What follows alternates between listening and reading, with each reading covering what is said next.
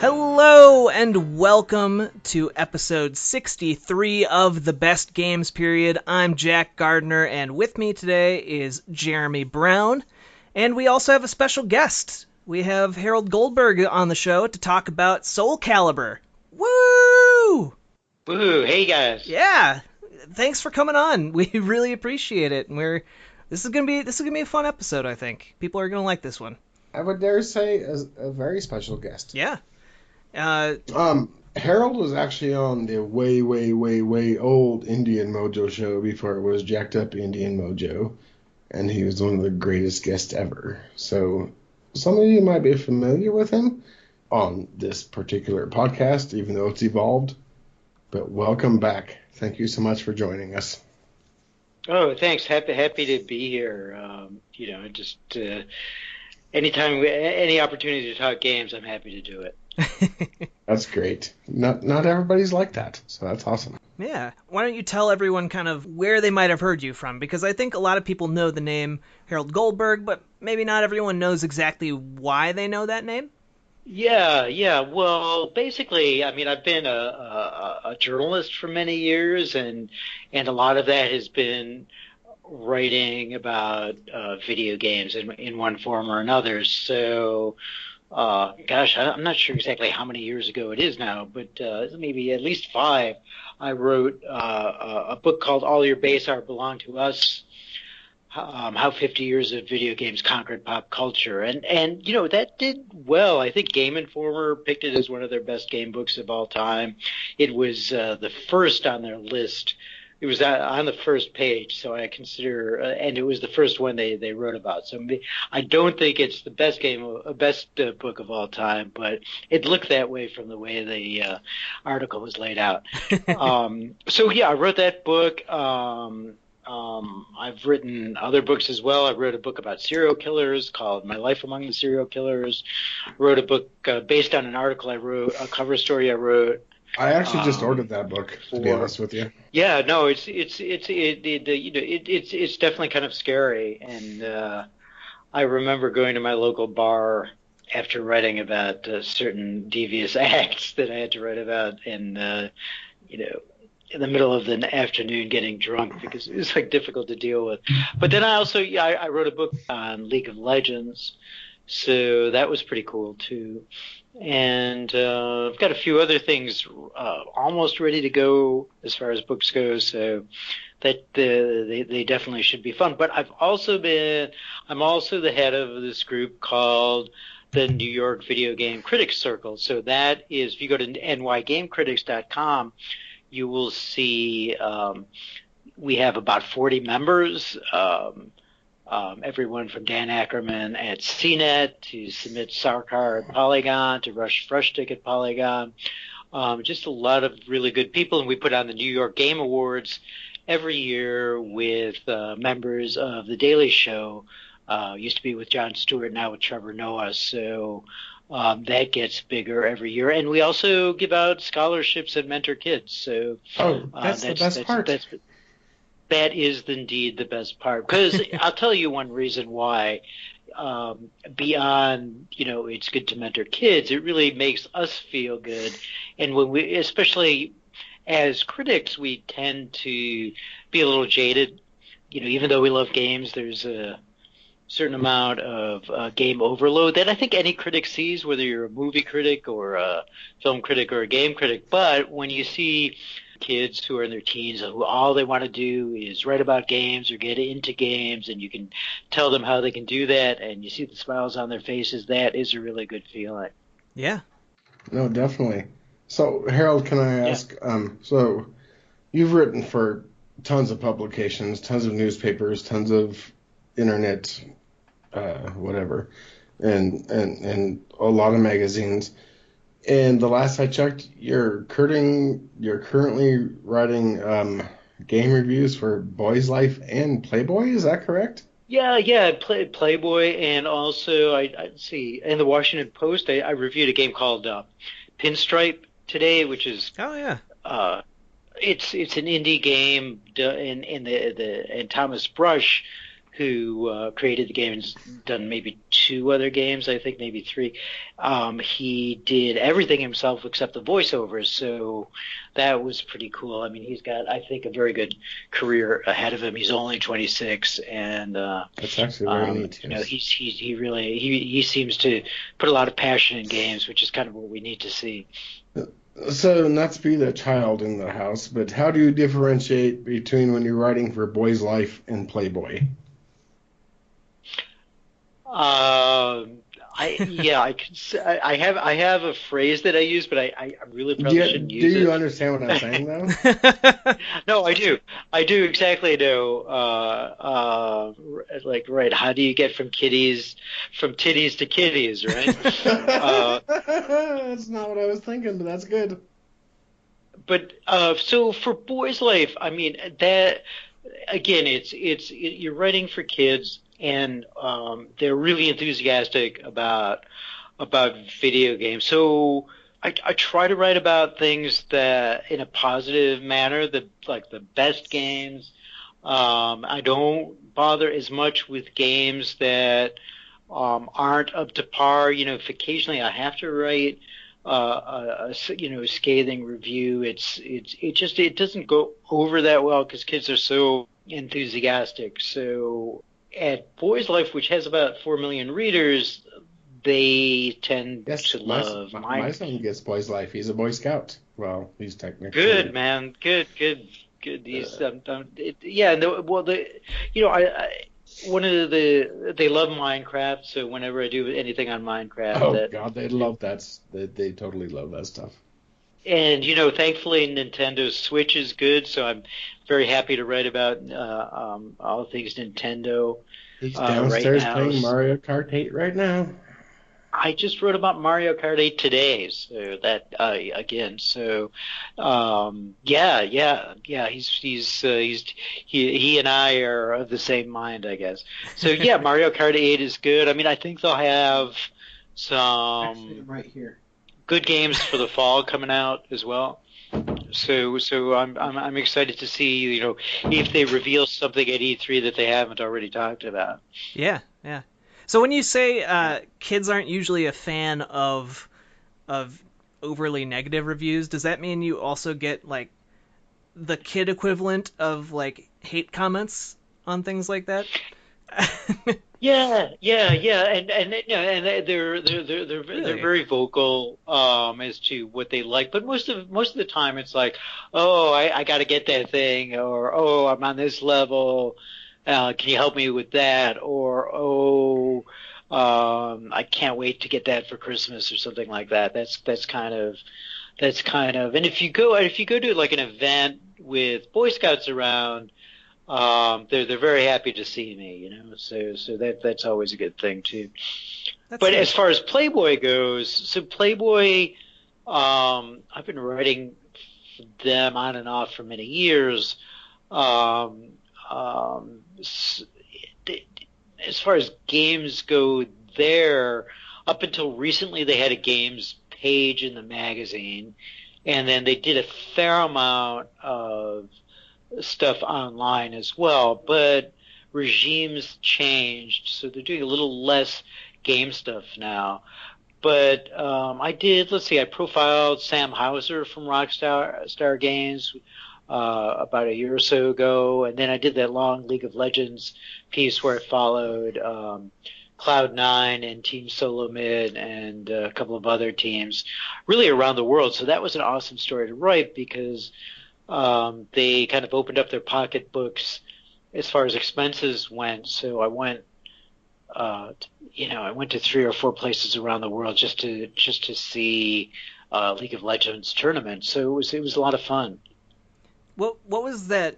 I guess what was kind of the biggest takeaway you had from that experience? Like, I feel like there's a lot of things people don't know about that world because it's kind of just now beginning to open up to a wider audience?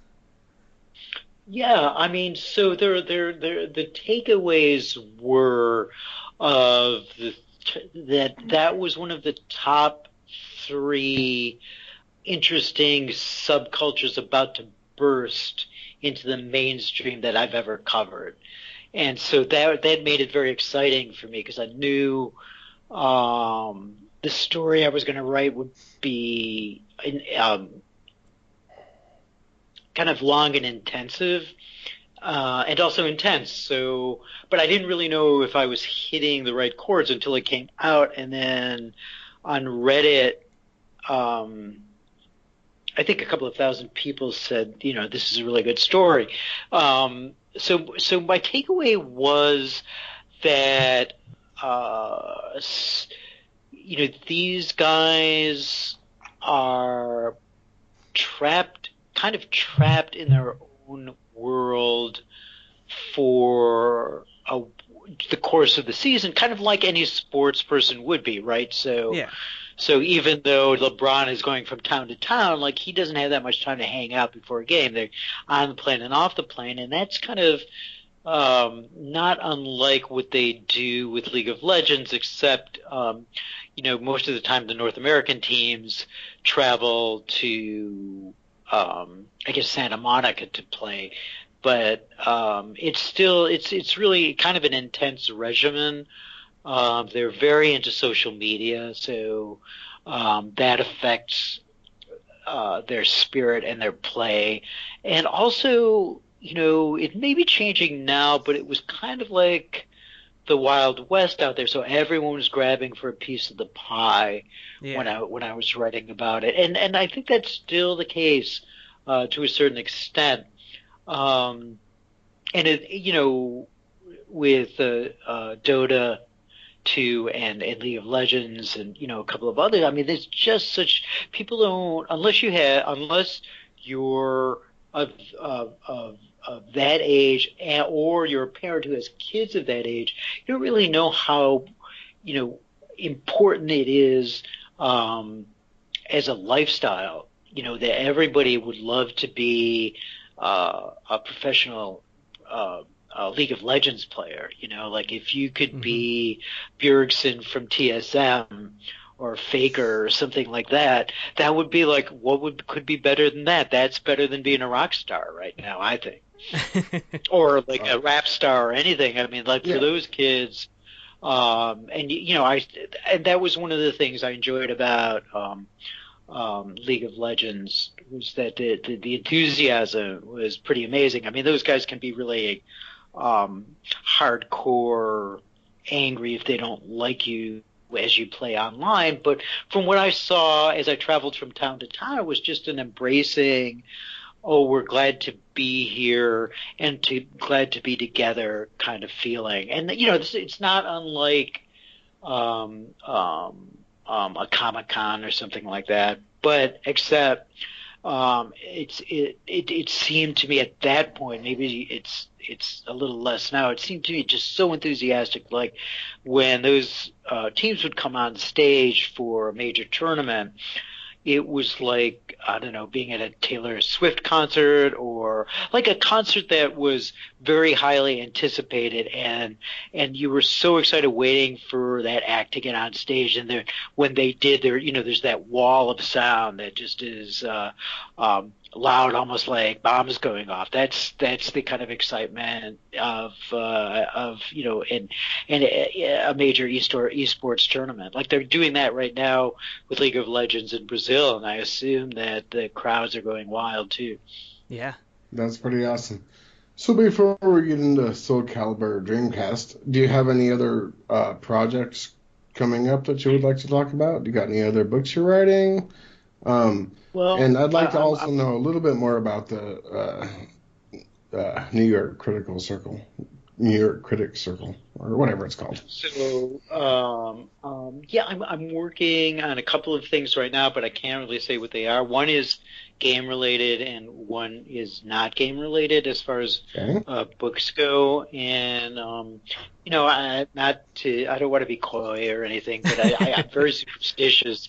So if there's no deal signed yet, I just don't want to talk about it because it's just like kind of tooting my own horn when there's no horn to toot. You don't want to jinx it. Yeah, exactly. But beyond that, The Critics Circle started about 6 years ago. It was right And after we talked last. I mean, literally yeah, like 2 weeks later. So I want to hear a lot about that. well, so I guess what my thought was, I people kind of recognize my name now. So what can I do to give back in a way? So I got together with Evan Narcissus, who I'm not sure where Evan was then, maybe at Kotaku possibly.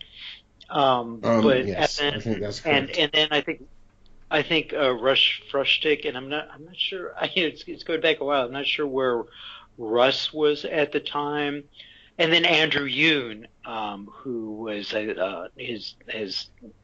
has sadly died since then. But Yeah. um, and then I think Tracy John was there from MTV as well.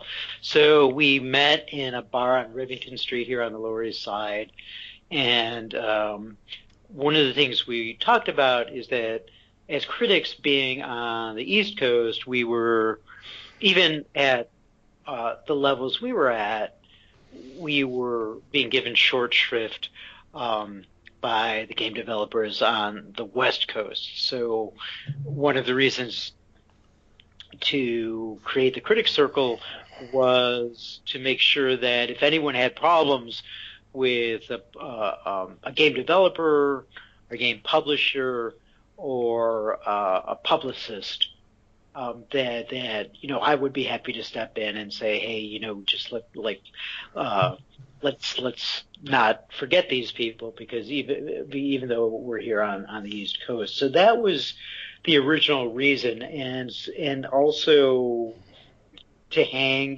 because even though we're all here in New York, I think that everyone's pretty busy, so we kind of needed a reason to, go to a bar or a restaurant and just hang out and talk games. And then we also that year started the New York Game Awards, which was cool. I think Logan Cunningham, who was the voice of Bastion, and voice in a lot of Supergiant games, he was our first host, and so and then after that we had Daniel Radosh, who was a journalist for the New Yorker, who went on to write for the Daily Show, and so that's how the Daily Show got involved with our New York Game Awards. And now it's bigger. Now it's like 100,000 plus viewers on Twitch and things like that. So what is your goal for that? Would you like to be one of the biggest game award shows around, or are you content with? No, we just want to. No, the idea now is that it's kind of a Trojan horse for our mentoring and scholarship programs. So, at the same time that we laud games, we're kind of lauding the students that we mentor as well. So, no, I don't really have. So would it be like a detriment if it blew up to be that big?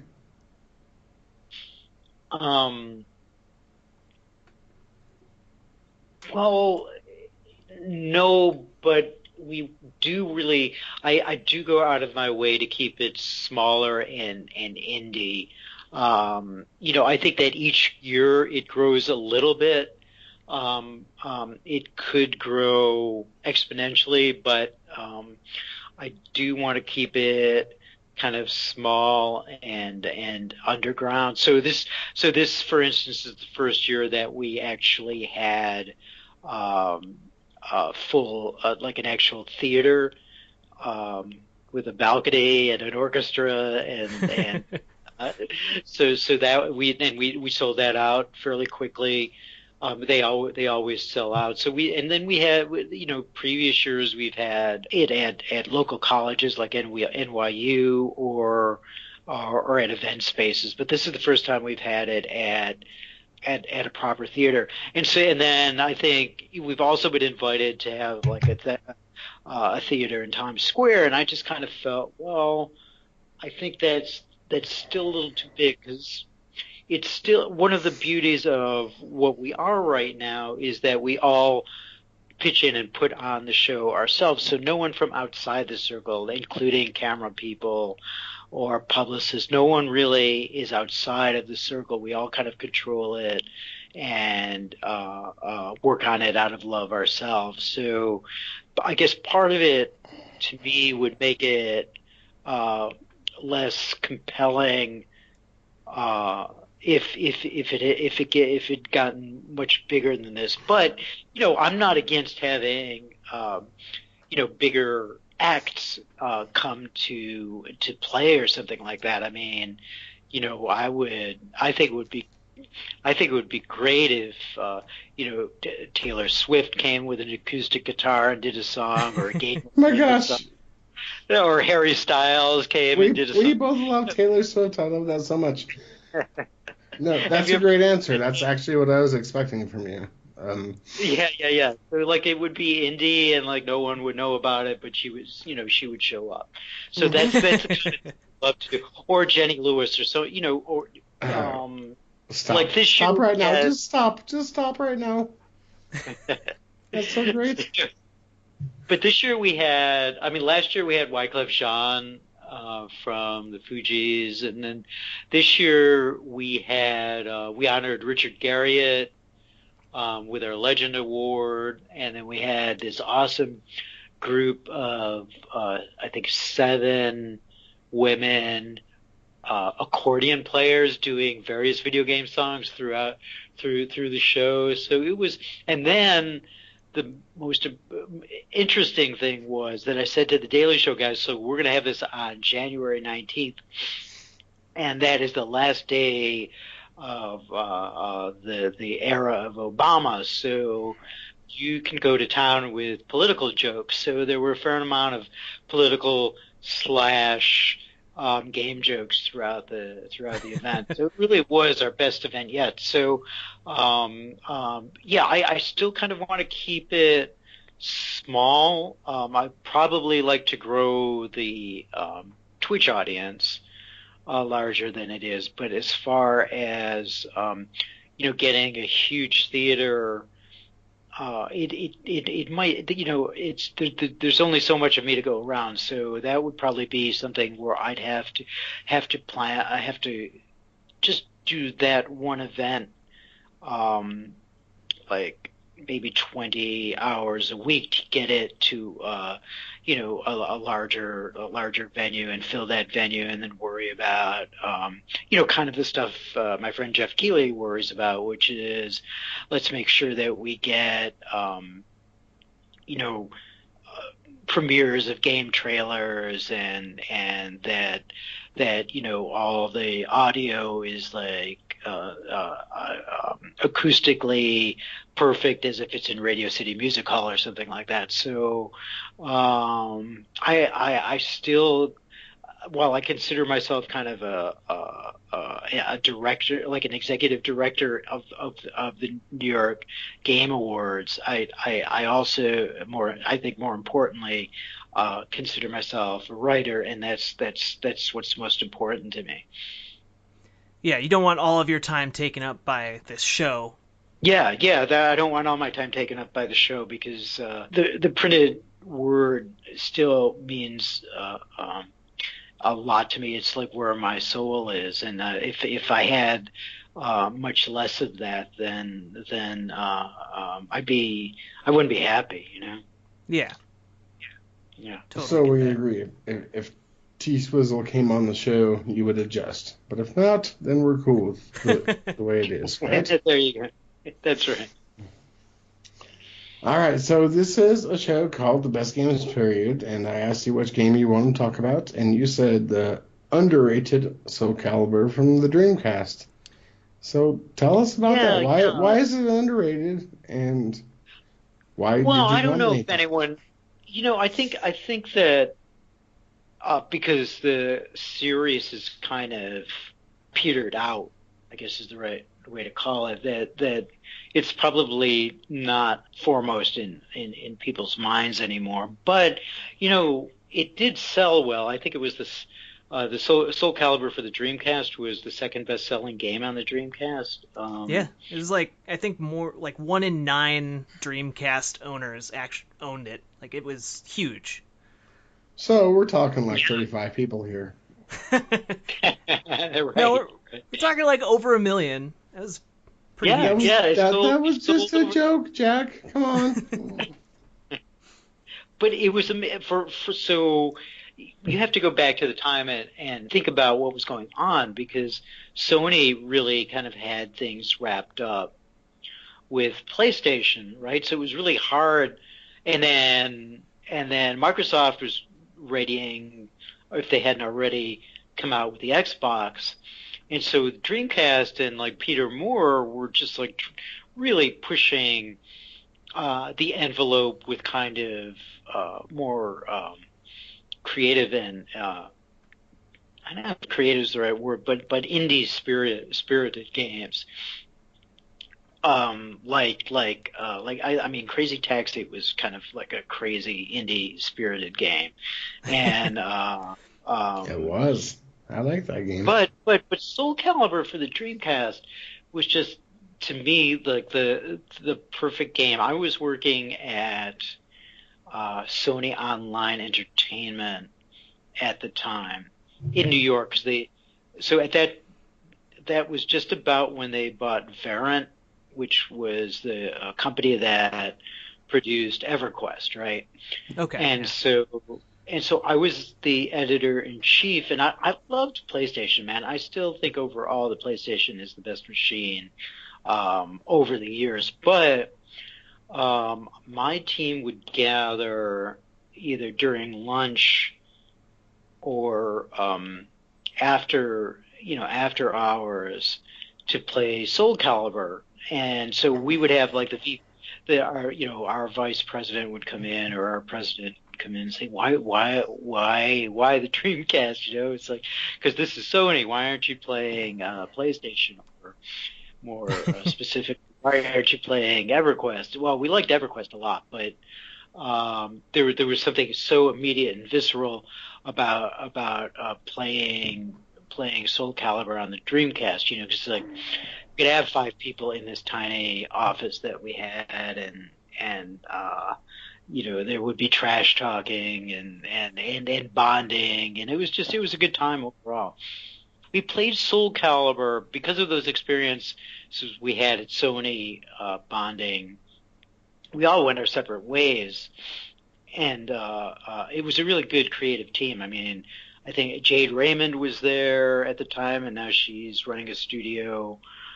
Bernie Yee is now working on like some amazing VR games.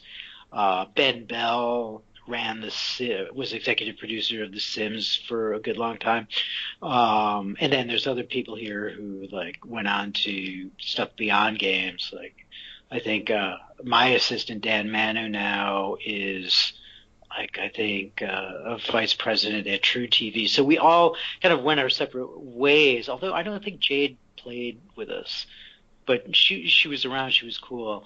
In any case, we would still get together, maybe 4 of us, for about a decade after Sony, like either on a monthly or every couple of months to play Soulcalibur. Like they would. So I think even up right through Soulcalibur 5, we were still, playing Soulcalibur, and I generally still playing the original. No, we then I think moved on to like 4 and 5. Okay. As each new iteration came out, but I think we all believed that the Dreamcast version was the best one. Well, I mean, it's certainly, like, even going back to it looks great. Like, it's a pretty game. I know. I feel like there are very few games you can say about that came out in 1999. Yeah, what can you say? Like, I guess you could say probably was a couple of years earlier, but Final Fantasy VII stands out as graphically decent. But but this was a really beautiful game to look at. Like, let me just take a look here if I can pull up. I would argue Final Fantasy IX, but that's just me. Yeah, Final Fantasy IX really pulled out a lot of stops on the PlayStation. A lot of those Final Fantasy games are just awesome. But like, I think that FF7 was so iconic. Like, I'm wondering if the remake will be accepted and be good, and I guess we'll see. Yeah, it kind of seems like it might be one of those games that maybe is better off just in its original form, because like it's never gonna live up to what people now expect from it or like want from it now. I agree, and the whole episodic idea is just insane.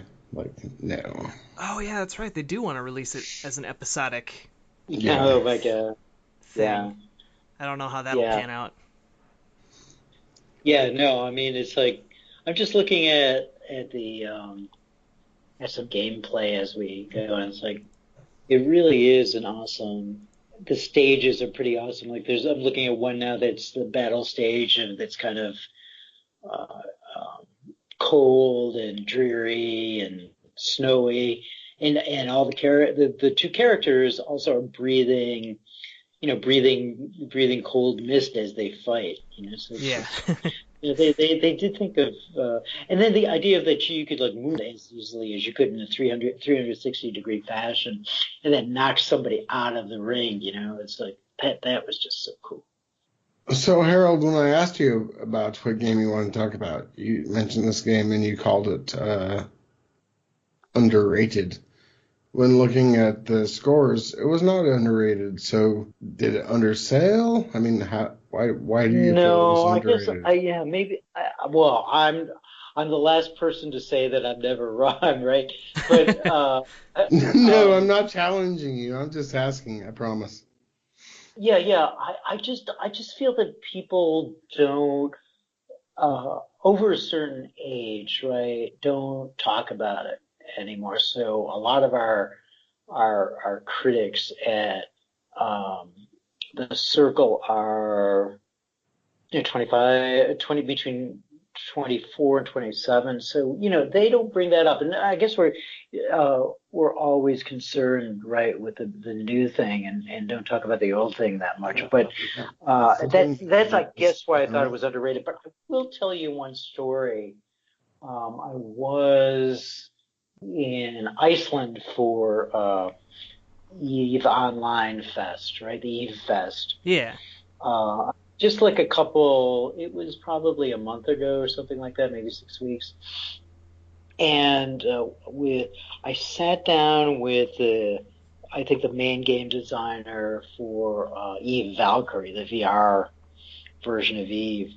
Yeah. And I don't know how we got on this tangent, but I mentioned Soulcalibur for one reason or another on the Dreamcast, and that was the rest of the conversation, man. That's all he could talk about. Is the nightmare, and just like the balance of the characters, and it just went on for like 20 minutes of our half hour. So people still do remember it fondly. So perhaps it wasn't as it's not underrated for say people over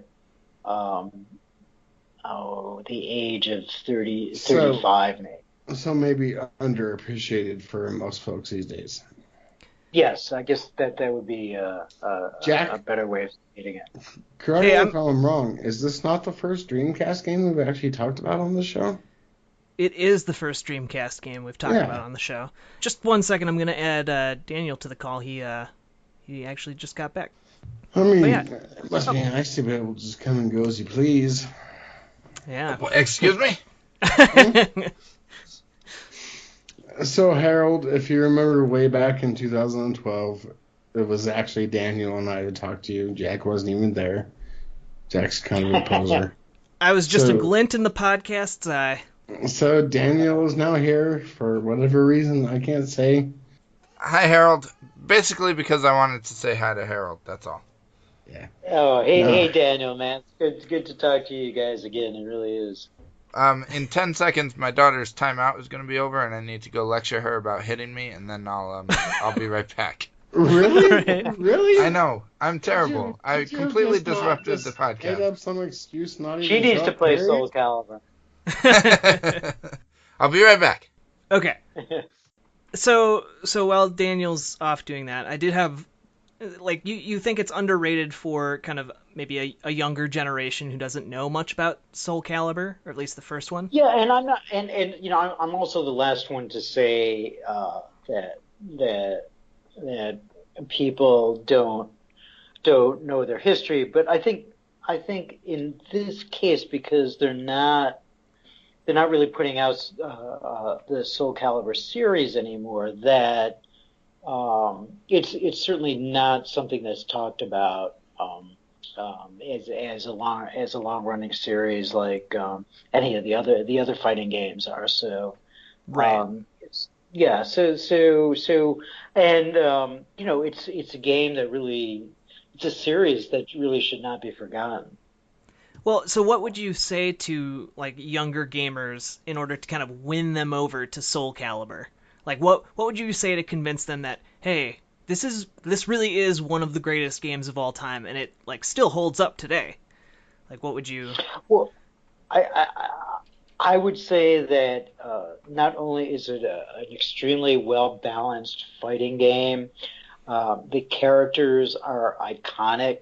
If you're into lore, it will explain the lore to you. So even the beauty of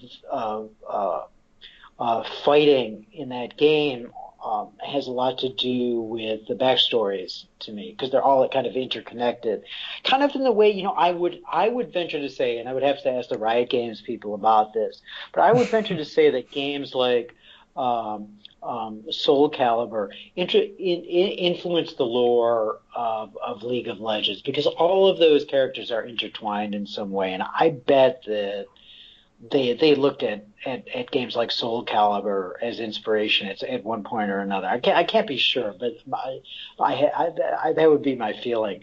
So yeah, so excellent fighting mechanics, great visuals for the time that stand up today, and lore that is kind of based on Asian myth, which is, you know, always kind of interesting to me.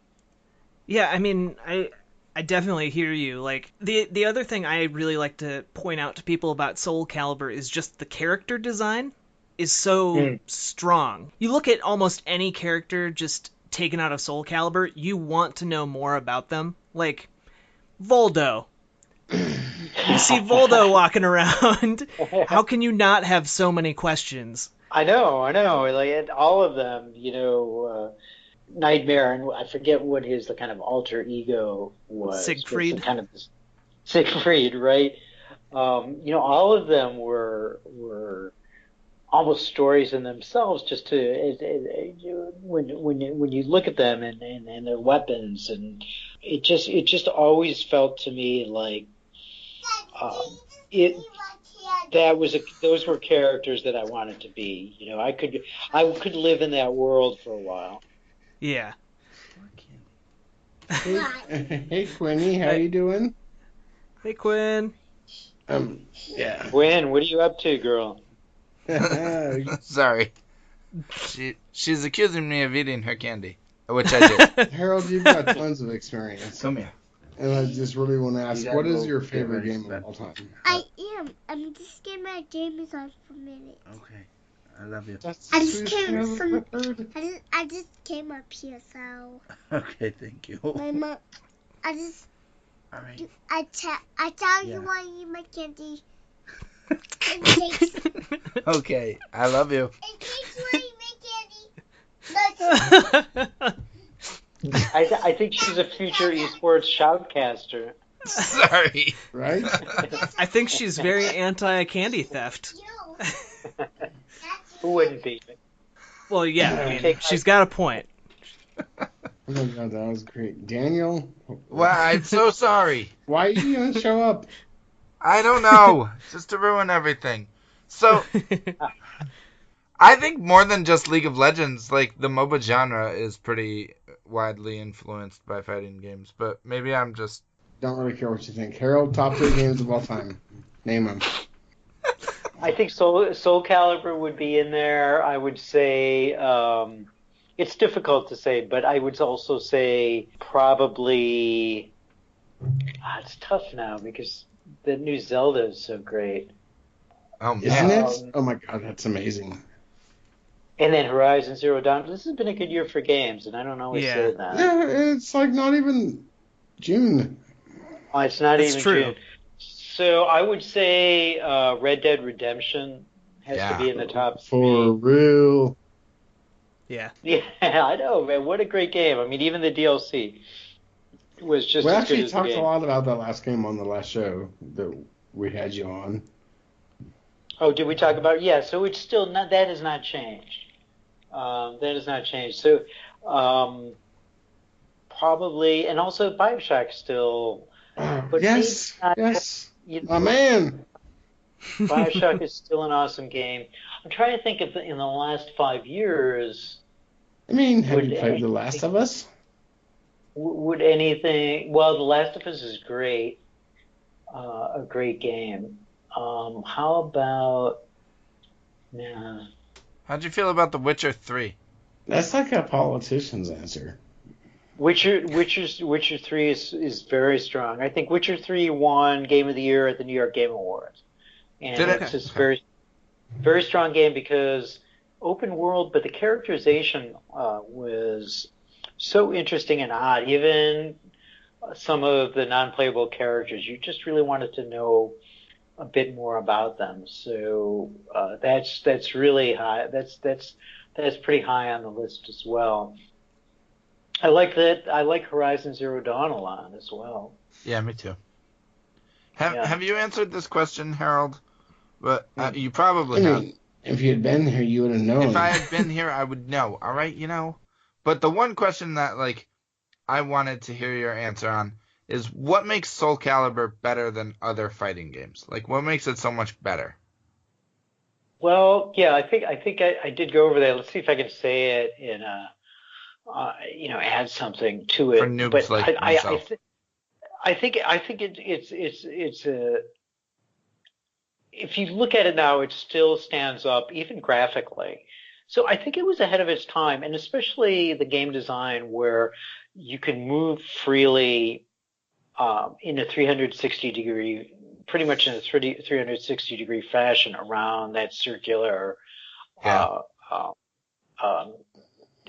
area. It just really felt new as fighting games goes. Because I mean, I'm certainly not against anything, Mortal Kombat or Street Fighter, where it's this serious kind of arcade 2D thing. But this felt and I felt closer to this one because of this the stories involved. Because I think if you remember, there's like a map where you get to open different characters and different. And as you go through that map, you find out a little bit more of each character's backstory. And narrative is, we don't need to go nasty on Ian Bogost, but I really think if it weren't for narrative, a strong narrative in games, I may have left writing about games about 10 years ago. But when I saw the strongish writing in BioShock, I knew that everyone was going to begin to talk about narrative in games more seriously as the years went on. Because I thought, we have very complex and interesting game design, and we have kind of hit the wall with the beauty of the graphics, but what hadn't been, and still hasn't been to a certain extent, really addressed properly is narrative in games. So that to me is just such a strong point in games. And also, if you try to bring games to people who don't play games, a story-oriented game is really a good way to bring people into the world of games. So, in fact, I'm going to, as far as, when I talk about mentoring, we're going to bring Tracy Fullerton's Walden to a group of older adults to see how they react to it, and that's a story-oriented game as well. So, I just think that if narrative gets better, I'll still keep writing about games. But if it suddenly gets worse and all we care about, to sum it up, I think a good story is really important to games. They haven't figured it out yet, I don't think, with the Halo series or some shooters, but I think they will ultimately. Because I think, if you ask Ken Levine what BioShock was, he would say ultimately it's a shooter. So I think that we'll have better and better stories.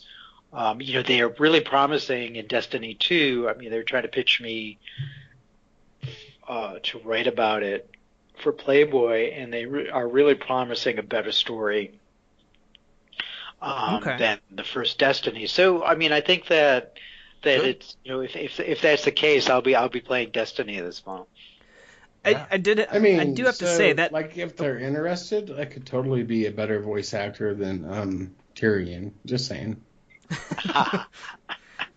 That's right. Well, a lot of it. I mean, just keep it in mind. I mean, I'm just throwing it out there. All right. I'll pass it on to them.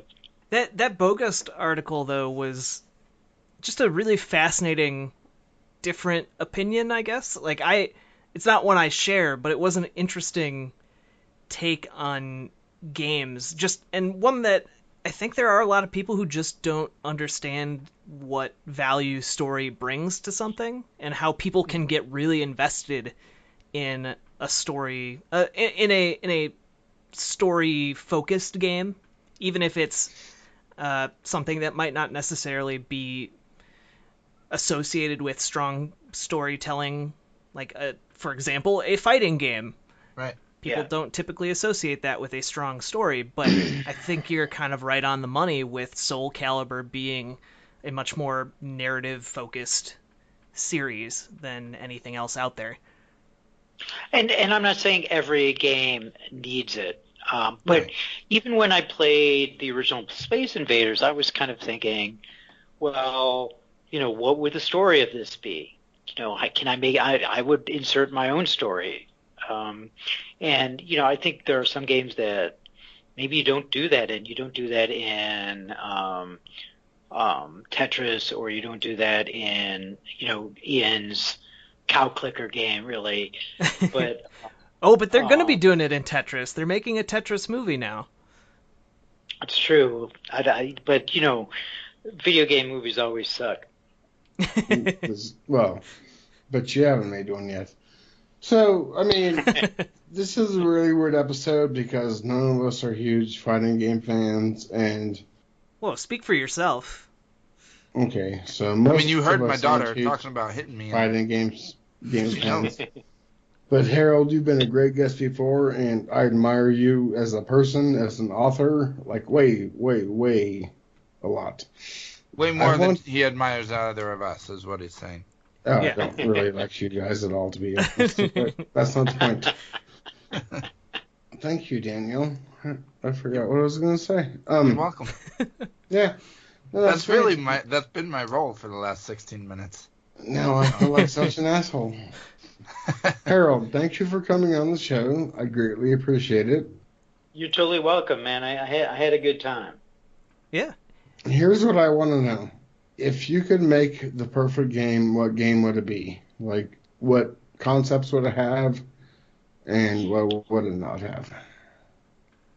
Wow, you may have given me I mean I wouldn't even say that's a conundrum, man. That is difficult. Honestly, it wasn't even my question. Just Daniel just threw me a curveball, so I had to come up with something. But.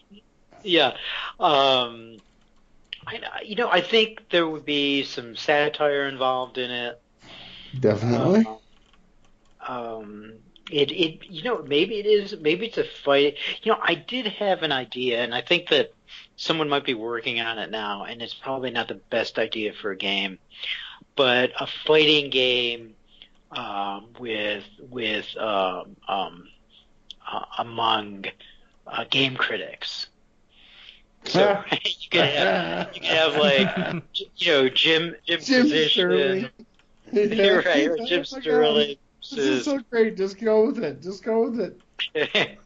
Versus Brian Crescenti, versus Stephen Totillo. Like you could have. Can we get some Arthur Gies up in this? Oh my gosh, this is the best. Arthur, yeah, you could have him. Listen, you got to get Colin Moriarty to come back. Alexander could be in it, and Allegra Frank at Polygon, and Gita Jackson at so there's just a whole bunch of different people would be in it, and I think it would be fun, if it was nicely balanced. That's that's something I've thought about, but it's like if I were going to be writing story primarily, let's see, where would I want to be? I would want to be on one of the Rockstar teams writing, or that's what I remember. Beyond Horizon Zero Dawn DLC, and one of the stop. There you go. I remember my real question. How did you get access to all the Rockstar people? That was my question. That's true. They are very reclusive. They are very reclusive. In fact, someone called me up today and said, "Can you? We want to do X. Can does Rockstar want to do that?" And I said, "Well, I'll ask him, man. It was kind of a creative idea, so who knows?" But I had written at the time, so the way I connected with them was I was writing All Your Base Are Belong to Us book, and I really felt that I needed their story because Sam, especially Sam, really hadn't told his story to anybody at that point, and really hasn't since. And so I had written this. Sam Hauser, yeah. Yeah. So I had written the book My Life Among the Serial Killers with Dr. Helen Morrison, and I felt that might resonate with both Sam and Dan, and so I sent copies of that book to them, and I got a call because I went through normal PR channels, and the person there was just not, kind of did not want to deal with me. So I just said, well, let's go to the top people. Maybe that would help. And so I got a call back from someone there, and she said, do you have time for coffee? And so she kind of sussed me out, almost as if it were a job interview in a sense. And then I met with her once or twice after that, and she said, yeah, you're definitely in. We'll set it up. We're just working on Red Dead right now, and we have to finish that, and then you can interview Sam. And So the deadline was approaching, and my editor said we're going to press without these guys because they're we don't believe you're going to get this. And I said, look, there's really not a book here. This is like perhaps certainly equal, if not more important than anything else in the book. And so at that point, just before the deadline, they said, yeah, come on in and interview Sam. Basically, it was like, can you come over here in the next hour? And I said, yeah, I'll be there. I'll just grab my my tape recorder and what have you, and I'll be there because I had my questions were ready for like months. So I sat down and we did, I think maybe 3-4 hours, and Sam was just happy to talk. I still have those tapes, and then we talked for another 2 hours in fact checking. Sam and I did. So really, it was about 6, 7 hours all told, as I remember, and it really was great. Those tapes really should come out at some point, but not yet. If you want to put them out on the Best Games Period podcast feed, feel free. Yeah. I mean, I'd love to put them out at some point somewhere, but no, that's awesome because very few people have access to the Housers. Like, that's pretty amazing. Yeah. No, I mean, they're really smart. I mean, I know Sam very well. I mean, I know Sam. Let's put it that way. I don't know Dan well. But Sam is just a really engaging conversationalist who's very smart. He has opinions on lots of things beyond games, and it's really a joy to talk to him. I wish that every gamer who likes GTA and Red Dead had a chance to talk to him. So, what do you know about Red Dead 2? Yeah, I mean, it's going to come out eventually. Yes. I really can't say much about Red Dead 2 because I don't know much about Red Dead 2. I mean, one of the things, like when the time comes, and time will soon come, is they'll be up to talking to the press, and hopefully they'll let me in again, and we can get really deep about what this kind of spaghetti western Red Dead is about. But, so as a gamer, are you as excited about that game as we are? I mean, strictly speaking, as a gamer. I don't think there's a game. Well, I don't think there is a game I'm more excited about right now, really. Yeah, right. Like what other game? Well, I mean, there was The Last of Us 2, I guess, but yeah, no, Red Dead 2 is like, I'm living for that. I want that. I just need that. And yes. Right. And I mean, and Last of Us is going to be awesome. I think that's going to be really strong. But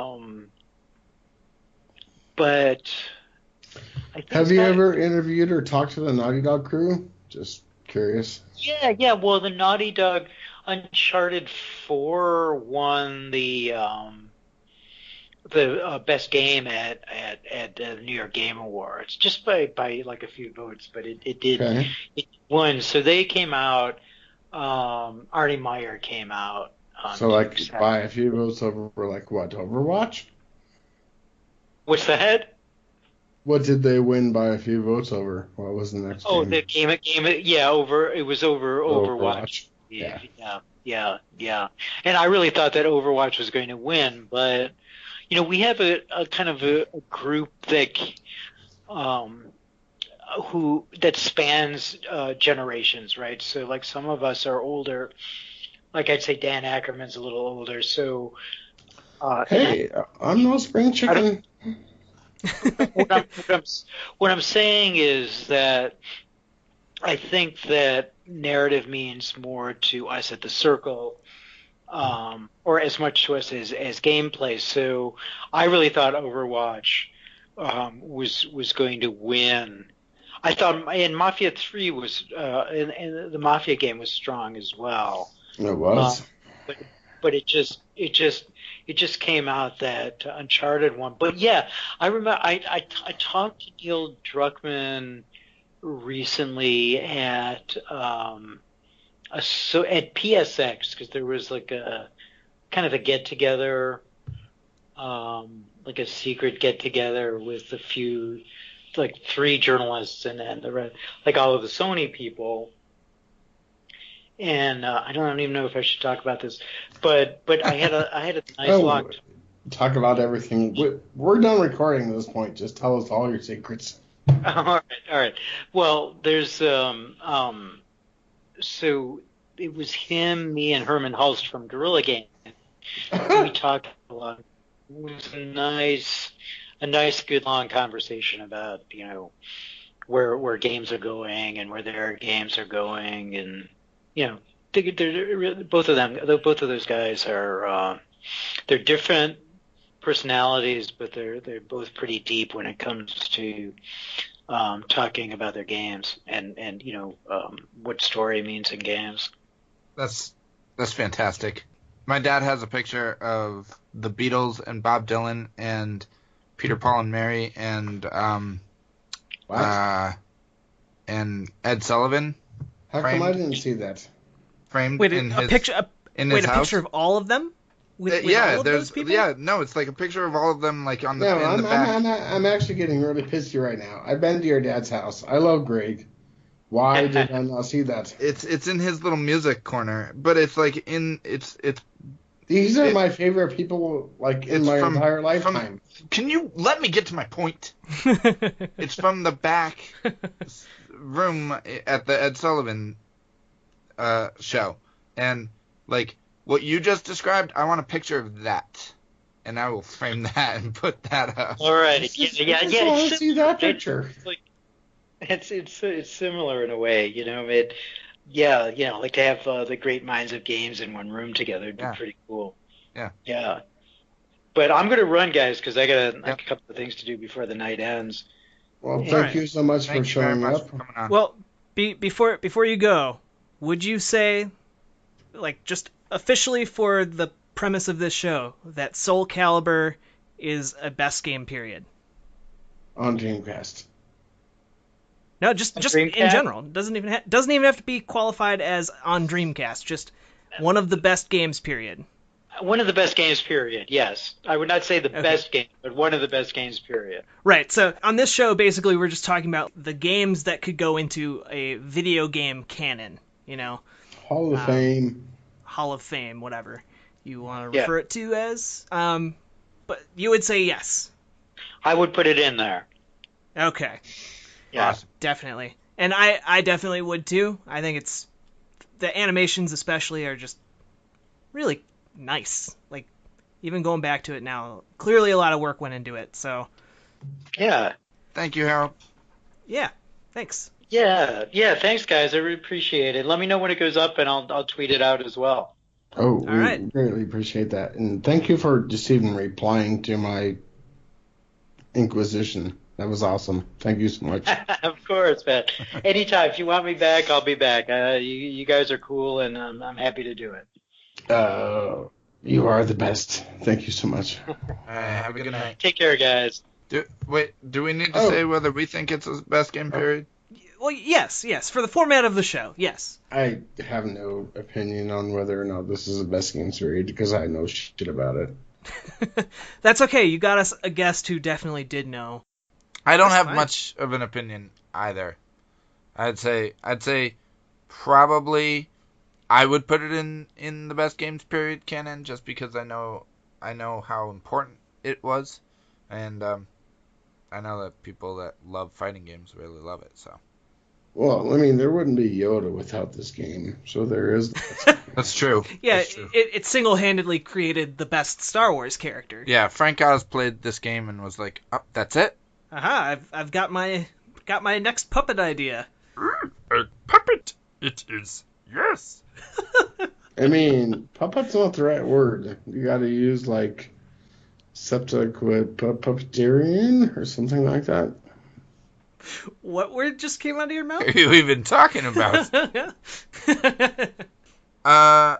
So the cops got the girl that hit my car. Oh, good.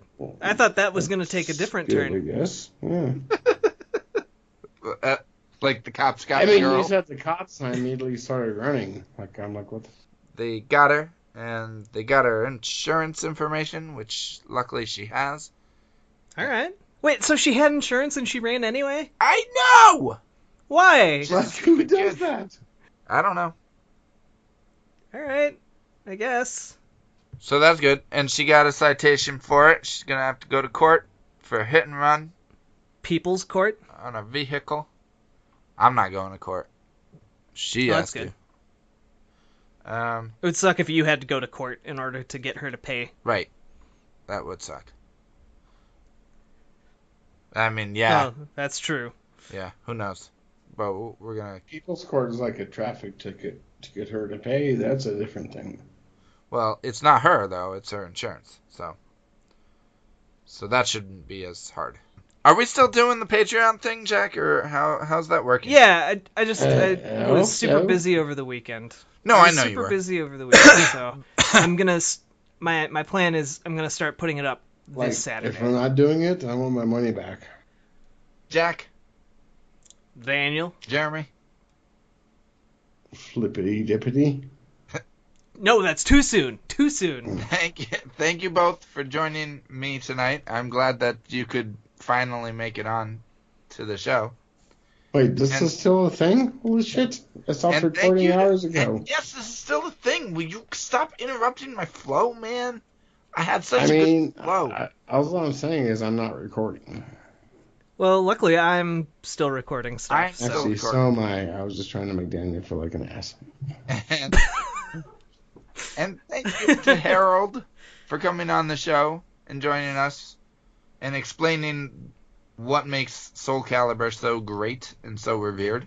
And thank you, good listeners, for listening to us for episode 63 of the Best Games Period. You can find the Best Games Period every week on SoundCloud and iTunes, as well as on, just let me finish, Game Informer and community.extra-life.org. You can also find us on Twitter at Best Games Period and on Facebook, facebook.com/bestgamesperiod. You can also get extra episodes on patreon.com/bestgamesperiod. If you throw us $1 a month, you'll get exclusive content, which we will be previewing. You should have seen that in your podcast feed this past Saturday. If you haven't, then something went terribly wrong, and I am embarrassed. And also, like I mentioned, we put the show up on community.extra-life.org. Jack, can you explain what Extra Life is to everybody? Sure can. Thanks. It's an awesome charity where you get to play games and raise money for sick and injured kids in Children's Miracle Network hospitals. It's really, really awesome. Basically, if you want to know more, you can head over to extra-life.org and find out more about it.